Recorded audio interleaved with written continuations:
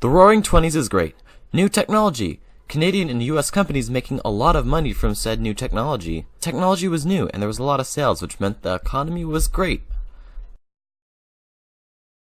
Hey people of the 1920s, the US has been doing this crazy new thing called investing in the stock market. These companies are making a lot of money. Want to make money too? Invest some money and you'll get even more money later. But if the sales go down, you'll have to take it out while it's worth a lot. What could possibly go wrong? The year is 1929. Remember I was talking about new technologies? Well, there comes to a point where everyone has a toaster or insert new technology, and so people will stop buying, which means companies will make less money, which means the stock market people will be losing money and will have to pull out their stocks, which means the company lose even more and more and more and more money until these companies are now broke, which means they have to fire workers, and workers are poor, which means they don't spend as much money on other companies, making those companies poor and making those workers poor, and repeat, causing an economic crisis. The whole crisis started in the US, but Canada was the #1 trading partner. They really took the hit. The US stopped importing Canadian goods. In 1932, the gross domestic product sank by 34.8%. Thank you, America. The Wall Street crash wasn't the only thing harming the Canadian economy at the time.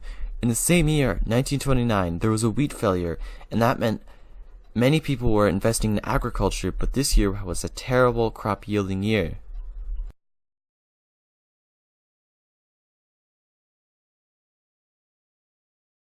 In 1930, there was an election, William Lyon Mackenzie King versus Richard Bennett, and Richard Bennett won.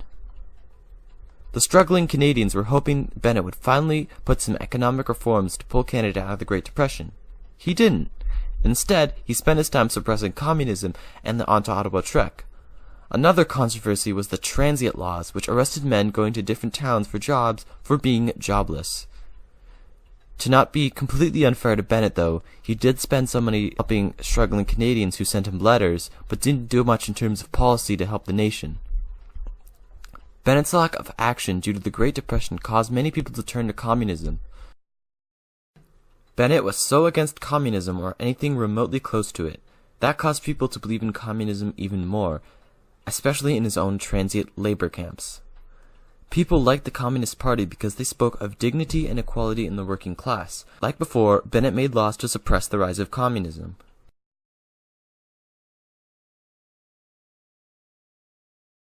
Bennett tried to impose US tariffs to try and help the economy, but that did the exact opposite. It made things worse. Life in Canada was still just as tough. In 1935, there was another election. This time, people were fed up at the lack of action by Bennett and re-elected Mackenzie King. King promised a desired trade treaty with the U.S., reversing Bennett's tariffs. King passed the 1935 Reciprocal Trade Agreement, which lowered tariffs and increased trade with the U.S.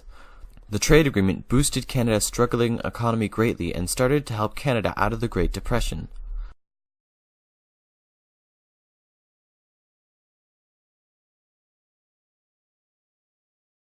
In the years after the Great Depression, companies tried to be less reliant on stocks. However, they still used stocks.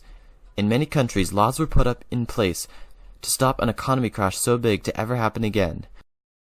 In 2008, however, there was a smaller stock market crash, but because of the precautions taken, it wasn't even close to being as devastating as the Wall Street crash.